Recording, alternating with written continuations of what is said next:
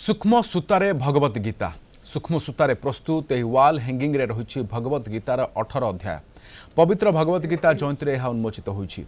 सुवर्णपुर जिलार जनाशुना बंधशिल्पी प्रफुल्ल मेहर को द्वारा यह वाल हैंगिंग प्रस्तुत करा जायछि।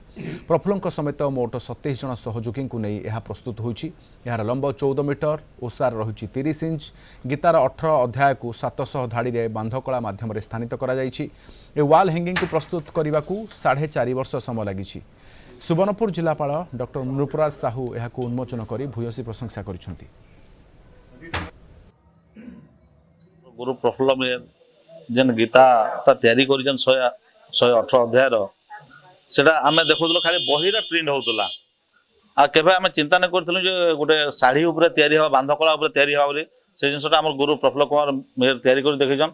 आज गीता जयंती उपलक्षे जेन उन्मोचन हवा जेन अनावरण हवा से जिनसा आज गोटे बहुत गर्वर दिन है। आज बापार अनुसरण की नहीं से गोटे भागवत गीता तैयारी करछन बहुत छोट छोट अक्षर से लेखिकी गोटे शाढ़ी माध्यम से भागवत गीता तैयारी करिछन मु बहुत खुशी अच्छे। आज्ञा भागवत गीता को आज आम बांध कला तैयारी करी बहुत खुशी लगुच। यह तैयारी करने को आमको 4 वर्ष 6 मास लगला।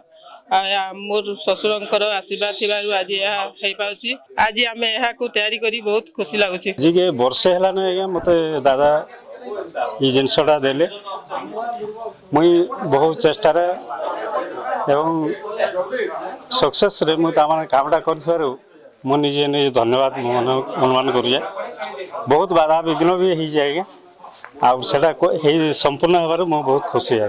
4.5 वर्ष है आरंभ करी जेनथरे कि मोर 8 जन बांधकार तापर 12 जन बांधकार एवं 2 जन को रंग करने 2 जन को बांध खोलिया 4 जन को 3 जन को बुणवा नियोजित कर मोट 27 जन मोर सहयोगी बुणाकार मत साहाय्य करे प्रस्तुत कर मो स्त्री मत किसी साहाय्य कर 14 मीटर 55 सेंटीमीटर लंब एवं 30 इंच चौड़ारे पाट टाणी एवं कटन बुणा सूतार प्रस्तुत कर जहाँकि अति मोर हिसाब से सूक्ष्म कार्य करा जाई पारिछि एवं 700 श्लोक विशिष्ट 18 अध्याय जहाँ भगवान श्रीकृष्ण महाभारत रे अर्जुन को ज्ञानोपदेश देते तार समस्त विषय वस्तु जहाँ गीता भागवत गीतार लेखन अच्छे संस्कृत में करने प्रयास करी आशा करुँच आज लोकार्पण करने। समग्र गीता को 700 श्लोक सहित 18 अध्याय सबुजाक से स्थानित करी गोटे संपूर्ण भाव में संबलपुरी वस्त्र हिंदी अक्षर गीता को उद्धार करें। यहाँ गोटे आमपाई बर्तमान विस्मय आमपाई केवल नुह बोधे यहाँ पृथ्वी भी गोटे विस्मय होकर एवं आमे केमती तार प्रचार प्रसार करें।